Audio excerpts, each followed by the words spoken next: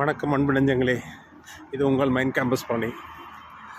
அனைவரும் நலமாக இருப்பீர்கள் என்று நம்புகின்றேன். இறைவன் உங்களுக்கு எல்லா வளமும் நலமும் அருள்வாராக. Hello viewers, hope you are all fine. Let the Almighty bless you all success and bless all His blessings in your fruitful life.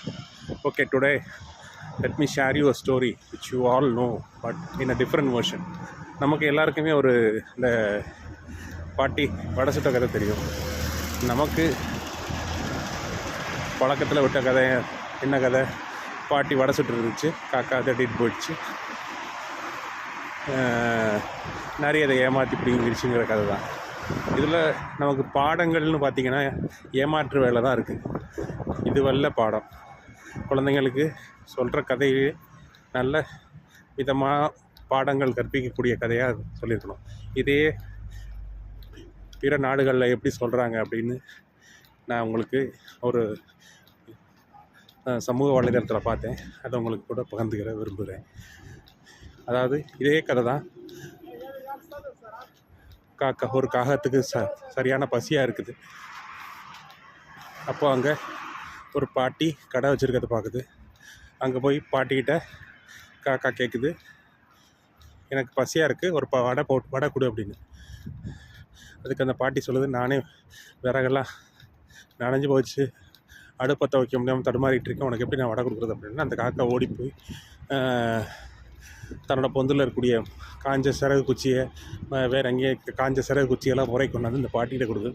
அந்த பாட்டியும் அடுப்பத்தை வச்சு வடை செஞ்சு அதுக்கு கொடுக்குது. இதன் மூலமாக ஒரு உழைப்பு கொடுத்தா தான் நமக்கு அதுக்கான ஊதியம் கிடைக்கும், உழைச்சி தான் சாப்பிடணும் அப்படிங்கிற ஒரு நல்ல பாடம் கிடைக்கும்.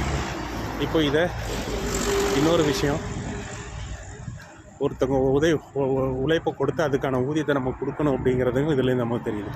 இதுதான் நல்ல பாடம். அதை எடுத்துக்கிட்டு காகம் அங்கே போகுது.